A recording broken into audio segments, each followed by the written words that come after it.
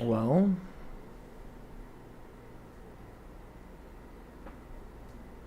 there's YouTube. Rumble is up. Kick is up. Here we go.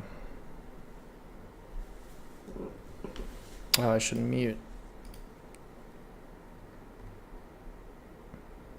this. All right. Hope everybody's having a good Thursday. A couple of interesting things to talk about today, so I figured I'd go live. This will be the last one of the week, though. Been putting off video editing.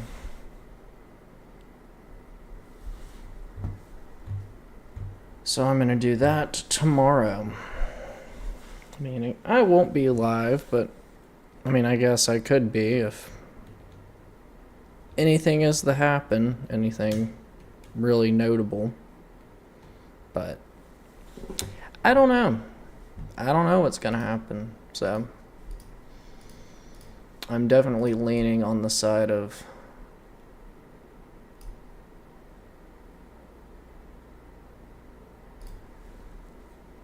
taking tomorrow off to do things that I need to get done on my end. But you never know these days. Anything can happen. Anything can happen. Let's get everything pulled up I need. See if there's been anything developing that is absolutely necessary. You've got apparently 15 people indicted in Minnesota.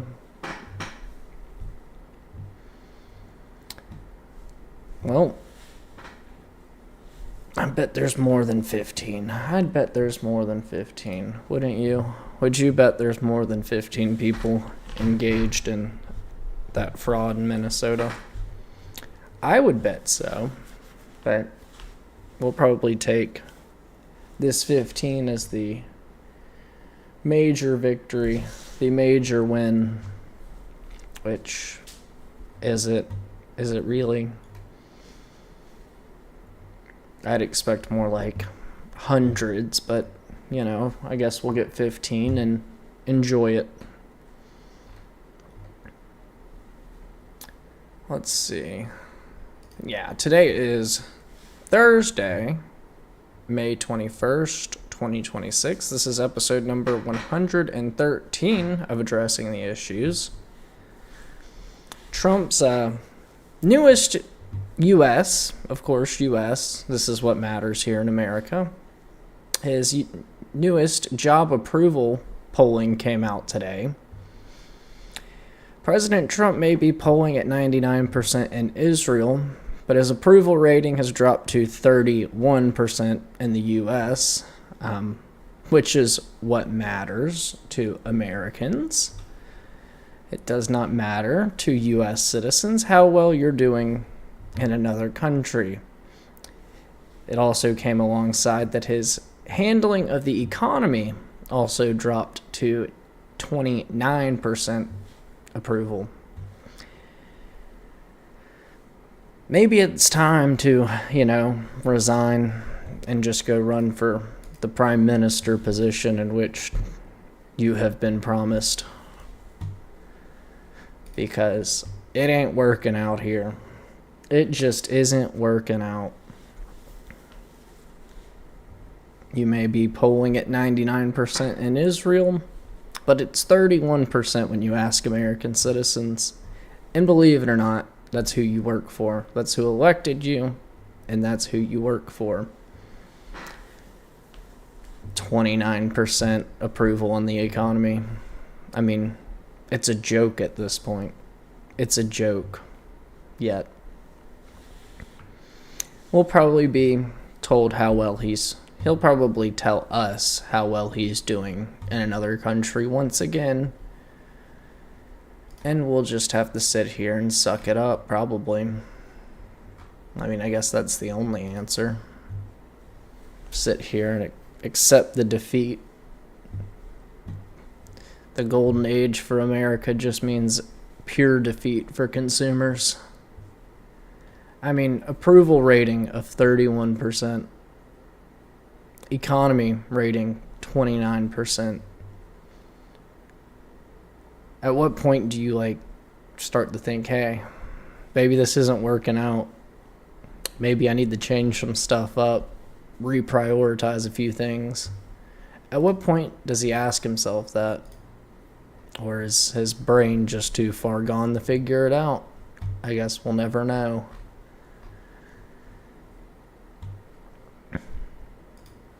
There's also rumors that the ballroom will be abandoned, which hopefully at this point, once you learn what's going underneath it, you can only hope that it's being abandoned. Because it's not good. Not good. We don't need a massive data center without the purview of congressional oversight, or any oversight for that matter, underneath the White House. We just don't. We don't need people from other countries building it and likely bugging it. We just don't. We don't need that underneath the White House. But hopefully all those plans fall apart and they'll just fill up this hole with cement and then we'll just move on from it. That's my hope at this point, but I don't know. But this is allegedly because of the immigration enforcement bill and disputes over the $1.8 billion settlement for his political allies, the people that he chooses, pretty much, that were involved in January 6th. Now, I'm not saying that they shouldn't be given compensation, but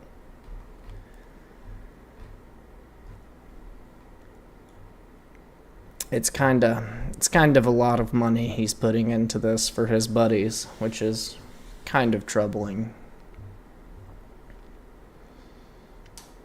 And I don't think that these are going to be paid out to, the people who need it. Ashley Babbitt's family, the people who weren't even there that were imprisoned and, unjustly imprisoned. Are they going to get extra? Probably not. And I don't even want to know. I mean, I just feel like this money is going to be going random places at Trump's discretion.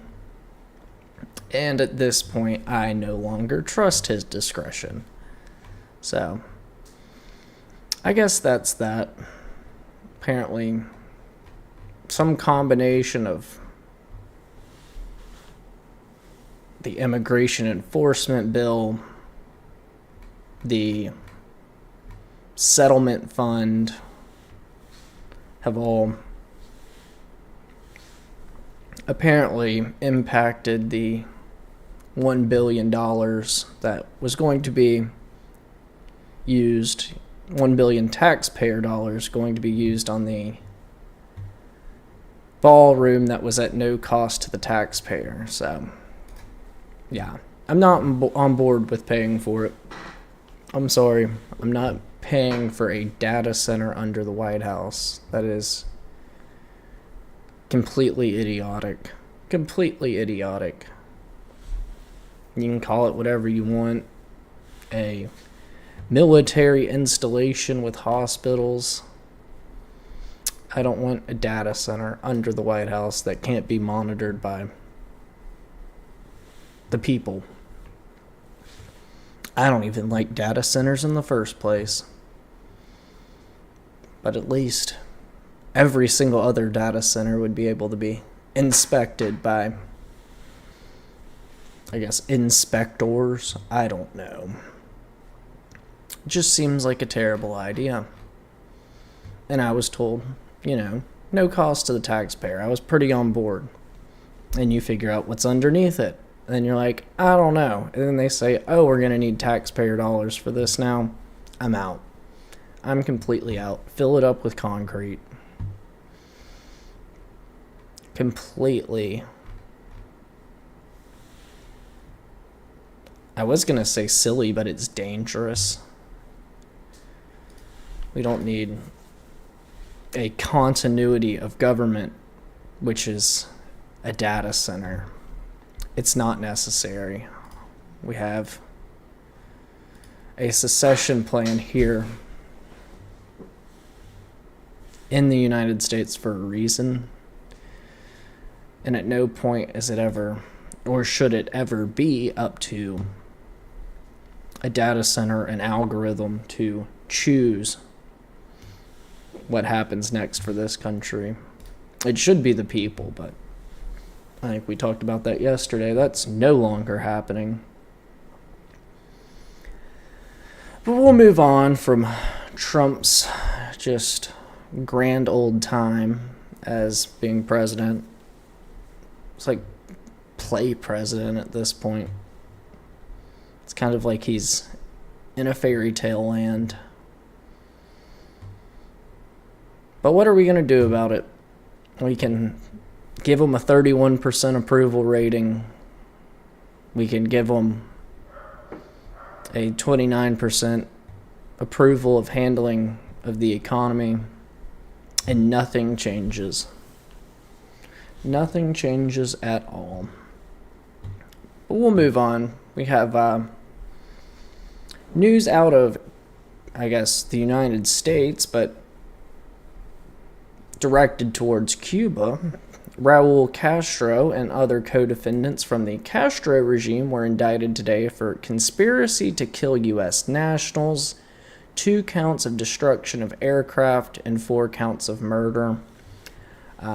This indictment stems from the 1996 incident where two brothers to the rescue aircraft were shot down by Cuban MiGs in international waters while on a humanitarian mission to help people on rafts fleeing the Castro regime in Cuba. So that's where this indictment comes from. An interesting development alongside this is on the same day the USS Nimitz carrier arrived now in the southern Caribbean. The same day as this indictment on Raul Castro and the co-defendants was announced. So I'm not saying that it looks like we're going to have another Venezuela-style operation, but it sure looks like it. It's not the maximum pressure campaign that was put upon Venezuela in the days before, at least not yet. Or I guess the months before. But I think they probably got the message, Cuba, especially when their security forces were returned in shoeboxes after, I guess, being hit by the shrink ray, the discombobulator shrink ray. But, yeah. You've got a carrier showing up, probably all it'd take to extract at least Raul Castro from Cuba, arrest him, and bring him to the U.S. And I think you could probably get the other, 4 co-defendants? Maybe it was 5. I can probably find that somewhere. Give me a second.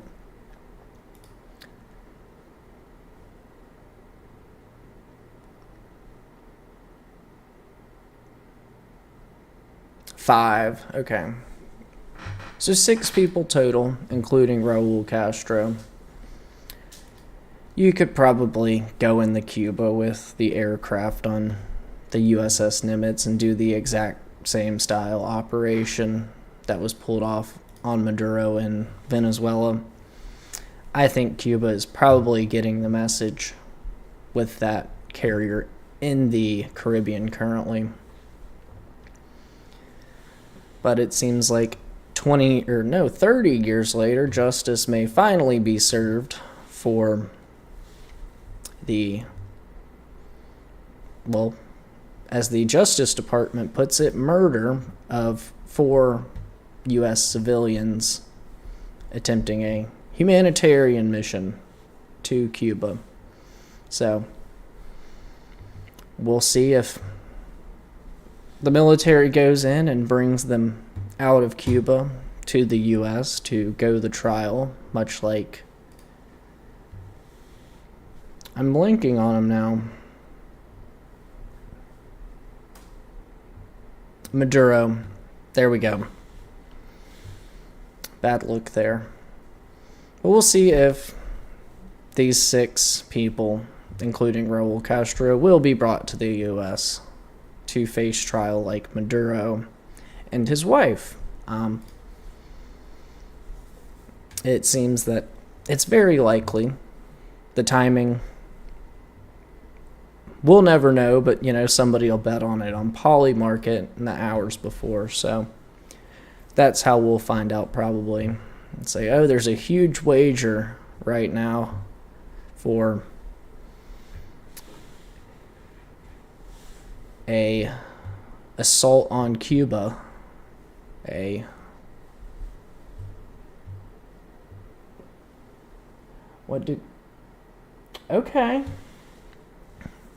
I don't know what's going on Kick. I guess I should turn this up so I can see it. But yeah, we'll find out in the coming probably days, weeks, months what the USS Nimitz has to do with everything in the Caribbean, if there will be more ships brought in like there was outside of Venezuela in the months leading up, or I guess weeks.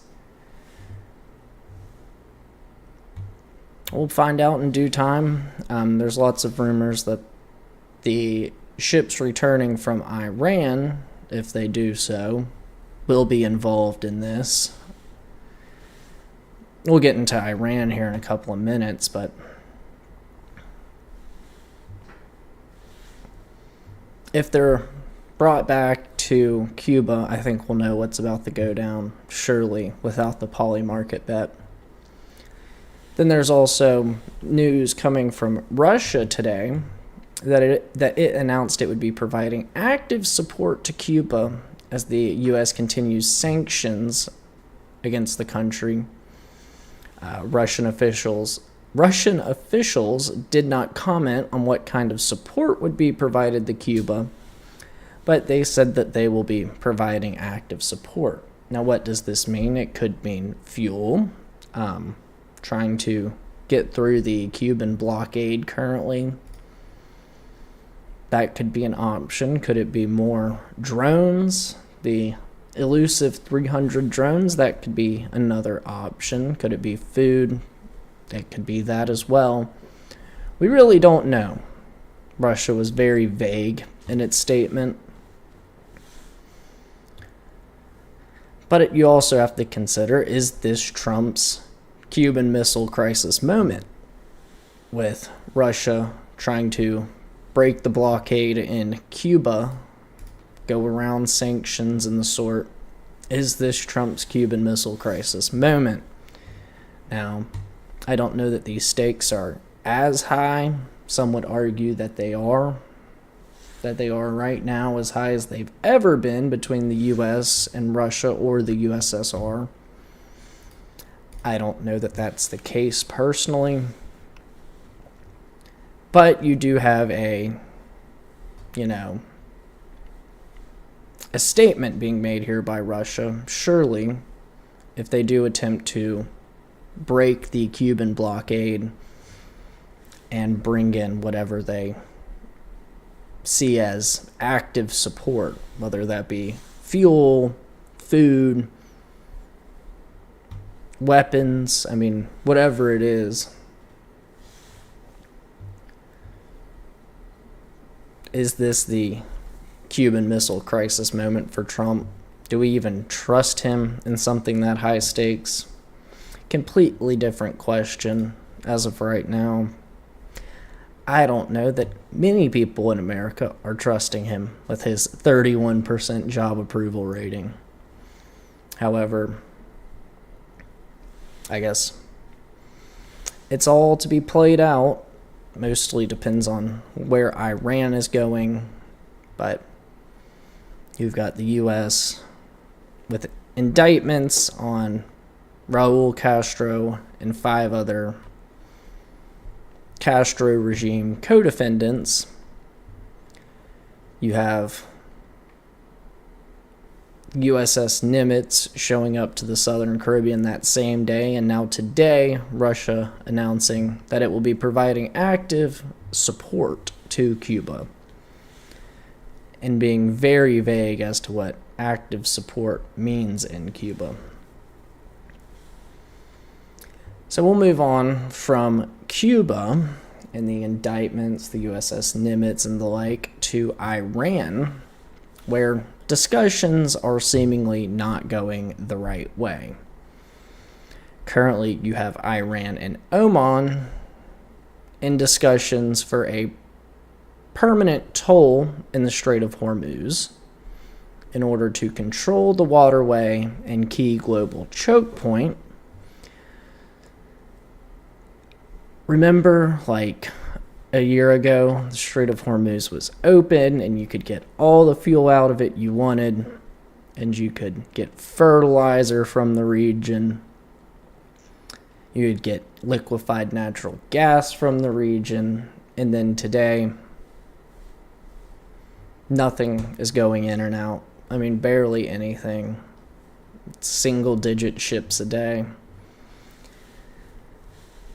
Iran is called it closed, striking ships with drones, missiles, torpedoes, you name it, mining the strait.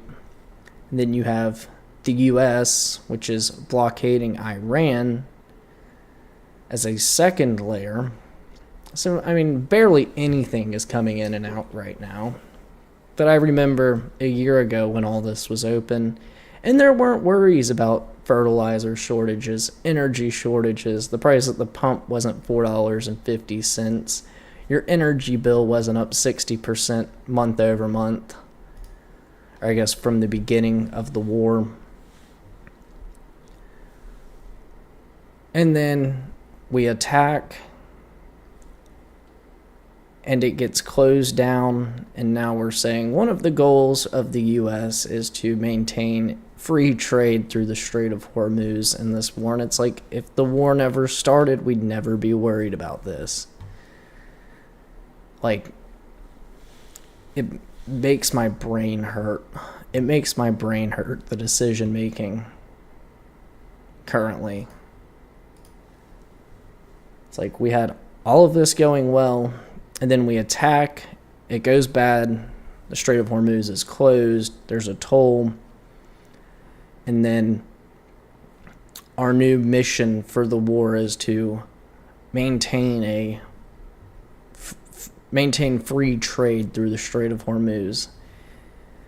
Meaning we are now fighting for something that never would have been a problem if we didn't start fighting in the first place. Make it make sense. Make it make sense.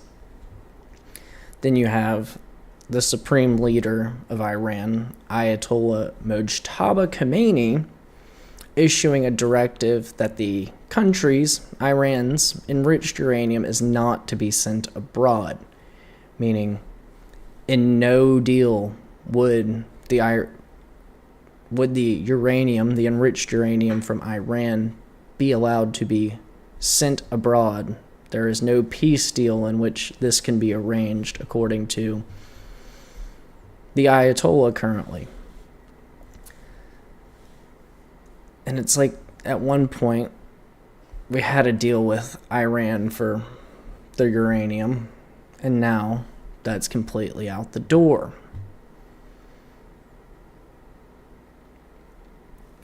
Their reasoning behind this is turning over the uranium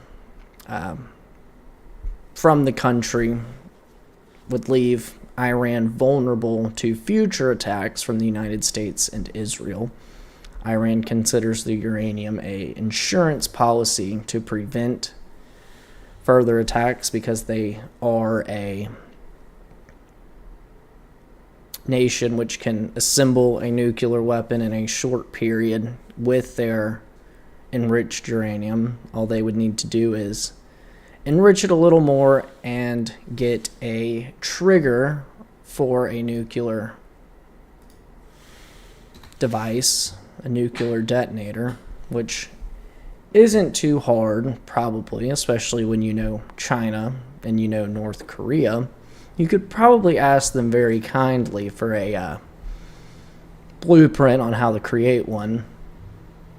But this was Iran's insurance policy, and now they're saying we're not handing over the insurance policy to you because we know that you will continue to attack us after we hand it over.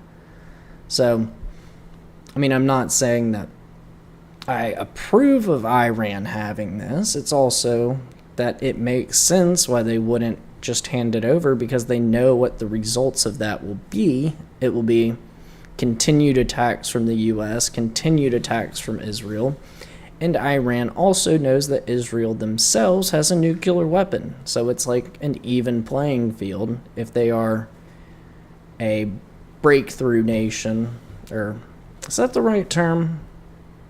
Probably not. A nation on the brink of being able to develop a nuclear weapon. Breakout, that's what it is, I'm pretty sure. They have breakout capabilities of a couple of weeks, a month even. They are much more well defended from opposition in the region, such as Israel, who has nuclear weapons, than if they were to turn it all over. They are at a huge disadvantage. So it looks like Iran will be seeking to maintain their nuclear enriched uranium stockpile in said peace agreement, which is, as we know, a red line for both the U.S. and Israel. In fact, Israeli Prime Minister Benjamin Netanyahu claims that the war is not over until the enriched uranium is removed from Iran. Their ballistic missile capabilities are eliminated in the country in support for its proxy militias. Meaning, it doesn't look like we're gonna have a, great peace deal at the end of all this. Israel says no enriched uranium. Iran says we're keeping the enriched uranium, and the U.S. military just does what Israel says since the beginning of this. So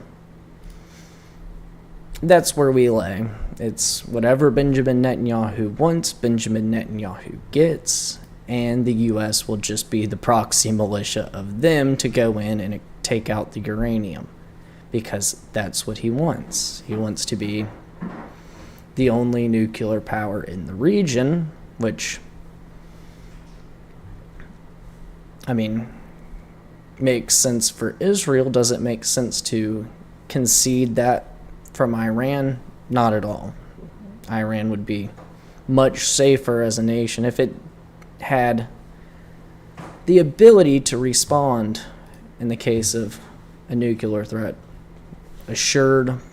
Mutual assured destruction or devastation. That's what Iran is looking at. They want to be able to ensure that they have equal weaponry with other countries in the region who they are at odds with, which, if you think about it, it makes sense. But the other country, Israel, wants asymmetrical capabilities over Iran so that they can do with them what they please, as they intend to do with the rest of the Middle East. And there's other news coming out from Iran that they're taking precautions that if fighting were to break back out, they're vowing devastating cyber attacks on IT and energy infrastructure with the Handala Hacking Group.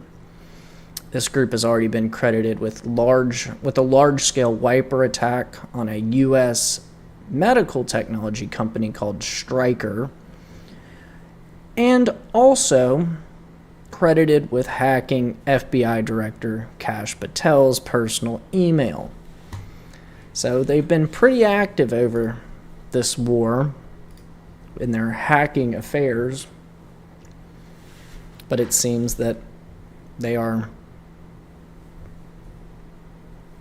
ready to continue hacking U.S. and Israel companies, energy infrastructure across both nations. So it looks like they're prepared to engage in more than just kinetic warfare front, but the cyber warfare front. It's also been claimed by the Handala Group that it breached the port systems of Fujairah minutes before the port was hit by an Iranian drone earlier this month. I believe that was maybe May 4th, if I'm not mistaken. But they claim that they hacked the port systems, I guess early warning capabilities likely, before a drone hits inside the port. So apparently they're pretty capable. I don't know how hard it is to hack Kash Patel's personal email. Never tried, never will. But apparently they're capable of doing that. They're capable of wiping cell phones from a medical technology company in the U.S. So apparently they're pretty capable, and I don't want to know what happens if they go after the U.S. energy grid that we already know has been backdoored by China in years past. I don't want to know what China has given them, because you could probably shut down a major part of the U.S., or they could, just given a couple lines of code from China. And I just don't want to know. I like my energy. It's going to be really hot here over the next couple of months. I like my air conditioning. I don't want to find out. But, that's probably just peanuts or something to President Trump, because he'll live in D.C. and they'll have a generator, and it won't matter for him. It won't matter that his neighbors, I'm your neighbor, please do not let me cook this summer. It probably won't matter, but it seems that the Handala Group is pretty capable. And it's also been warned that the U.S. energy infrastructure is pretty hackable. I don't want to know what happens when you combine the two. I really don't. So hopefully it doesn't happen. Hopefully we've spent some of our great taxpayer dollars, which are being pumped out of us at greater and greater rates every single couple of years, to, secure our energy grid a little bit better. And hopefully IT companies are doing the same as well.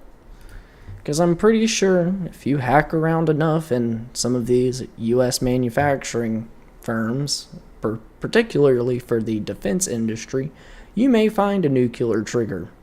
And all it would take is downloading that and then producing it.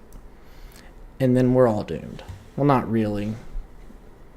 We're kind of a little bit... I guess you could also, from the same companies, get blueprints for ballistic missiles that would, go further than 1,000 miles and be capable of hitting mainland U.S. So hopefully all these people have done their due diligence and, put up some security Because if they haven't, this could go very, very bad. Particularly the energy grid. I just don't want to be without air conditioning in the dead of summer. That sounds miserable. And I'm sure most Americans feel the same way. We created the air conditioning unit for a reason. Let's continue to be able to use it.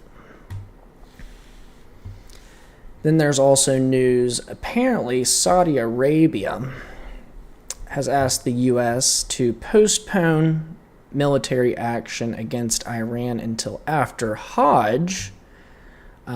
This begins May 24th and goes through the end of May, meaning if the U.S., I guess, accepts this request by Saudi Arabia to not attack, we'll have a little over a week until it's possible.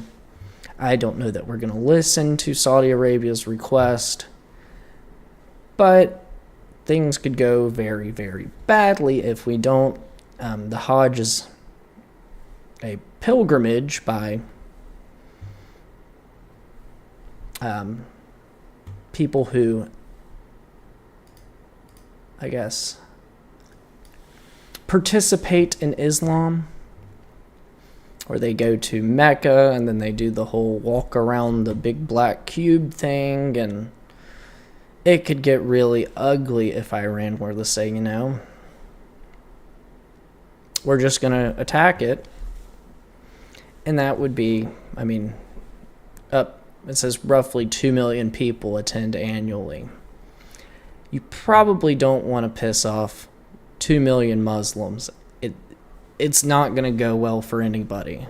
It's just going to be hell in the Middle East, even more hell than it currently is. You'll have everybody attacking everybody, and nobody will know what side they're on. So, I don't know. Probably not the greatest idea. Whether Trump will listen or not, completely different question. I can see him doing it just as a FU. Because it's, pretty common in the Middle East to attack each other on holidays. I just don't know that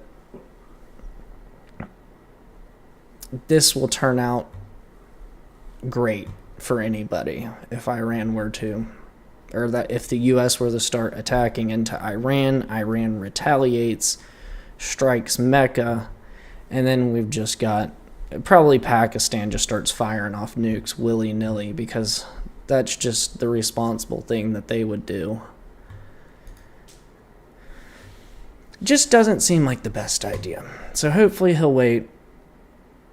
But I don't know that he will. I think he'll also be like, let's just surprise them while everybody's doing Muslim things, doing Muhammad things. We'll just strike, and then all the Muhammad people will get mad at each other, and then all of a sudden Pakistan just launches nukes everywhere, because that's just what I'd expect if this were to happen. Maybe Trump listens, maybe he doesn't. What's it even matter at this point? What does it even matter? Why would he listen? He listens to one person. If Benjamin Netanyahu says it's a good idea to strike during Hajj and risk just some Sunni Shia war for forever, we'll probably just do it because that's who's in charge of the U.S. military. No matter how bad the intelligence is, we'll just go, you're right. We'll just listen to you, BB.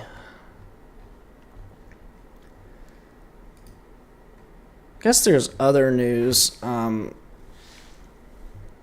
A huge liquid natural gas plant has been completely turned off in Qatar. It makes 77 million tons annually. And it says that repairs on the plant will take 3 to 5 years. So if you're looking to get natural gas anytime soon, the price is only going up. I mean, 3 to 5 years of consequences for this, at least. It's at the bare minimum.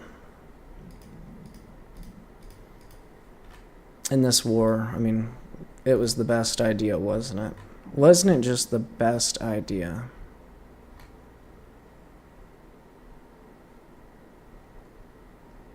Is there anything else I have missed particularly pertinent to these stories?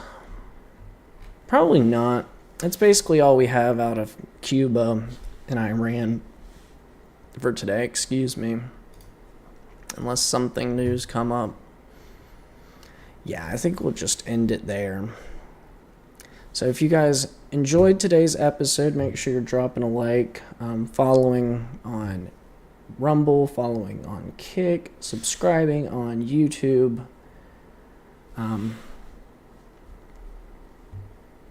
Hopefully you guys will share the show. This will be the last episode until, I guess, Tuesday. Have Memorial Day plans, commitments, so I won't be able to be live for Memorial Day. It's not like anybody will be coming to and from work anyways, so the show would be kind of pointless. Everybody's going to be at the pool, having a good time. There's no point in me being here talking to a camera. So yeah. Make sure you guys are dropping a like, following, subscribing, sharing. Thanks for sticking around to the end. We're about to get to the good news. I'm just checking one last time to see if anything has popped up because, like I said, I won't be back at least until Tuesday.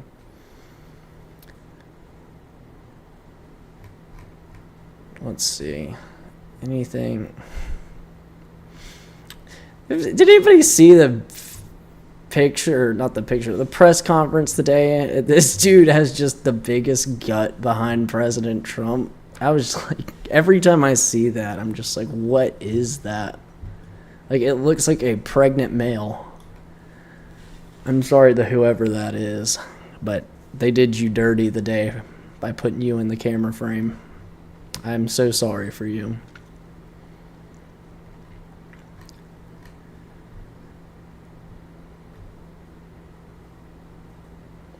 Anything? Yeah, it doesn't look like there's anything else worth going over. Nothing new on the Cuba or Iran fronts. I guess everybody in Iran's asleep. They're getting ready for a pilgrimage.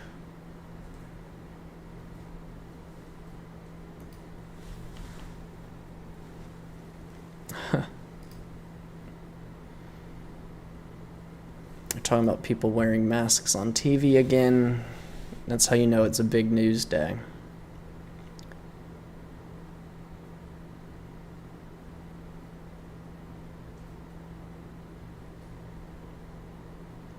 Yeah, we'll just go on to the good news for today. Today we're looking at Revelation chapter 3,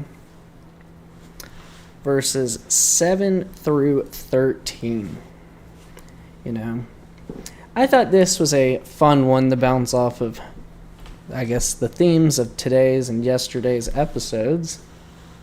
It says, "To the angel of the church in Philadelphia, write, these are the words of him who is holy and true, who holds the key of David. What he opens, no one can shut, and what he shuts, no one can open. I know your deeds. See, I have placed before you an open door that no one can shut. I know that you have little strength, yet you have kept my word and have not denied my name. I will make those who are of the synagogue of Satan, who claim to be Jews though they are not, but are liars. I will make them come and fall down at your feet, and acknowledge that I have loved you. Since you have kept my command to endure patiently, I will also keep you from the hour of trial that is going to come upon the whole world to test those who live on the earth. I am coming soon. Hold on to what you have so that no one will take your crown. Him who overcomes, I will make a pillar in the temple of my God. Never again will he leave it. I will write on him the name of my God and the name of the city of my God, the New Jerusalem, which is coming down out of heaven from my God. And I will also write on him my new name. He who has an ear, let him hear what the Spirit says to the churches.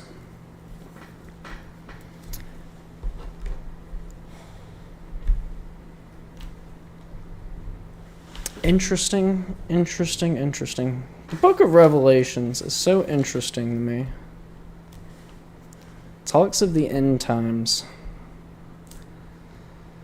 Are we near the end times? I don't know. I'm not the judge of that. But, things point to it. Surely. The synagogue of Satan. That one rings very true these days. I think we talked about that as the theme of yesterday's show.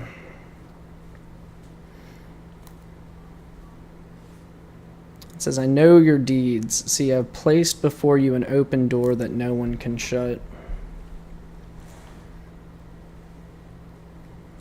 I know that you have little strength, that you have kept my word and have not denied my name. That is our goal as Christians. We do not deny Jesus' name, ever, no matter what. There's the story of, not too many years ago, I believe it was in Libya, where they were beheading Christians on the beach who would not deny Jesus' name and convert to Islam. Does anybody else remember that? We have to be steadfast until the end as Christians. That is our duty. Our duty is to spread this word to all nations, to all peoples. No matter whether they say they believe in God or don't, it's still our job. And the door is open, and no one can shut that from you.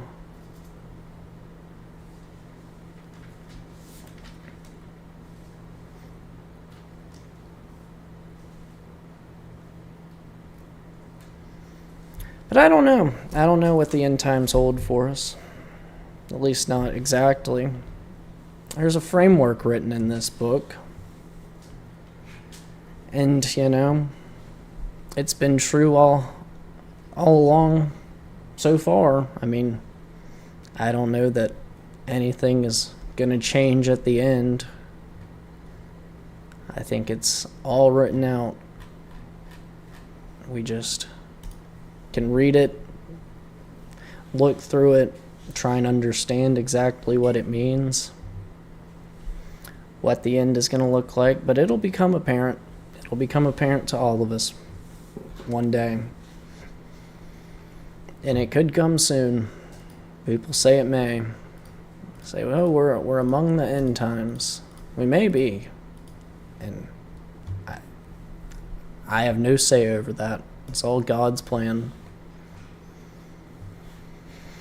I just thank him that we get another day every day, which is truly awesome. We get one more chance every single day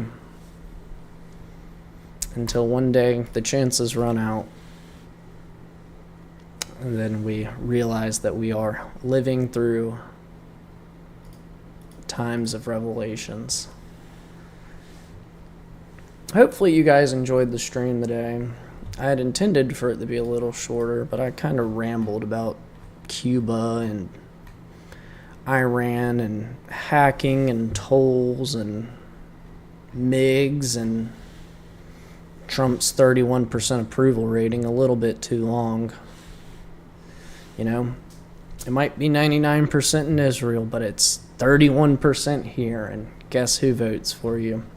I guess you could go run for prime minister, though. Please. Just go, please.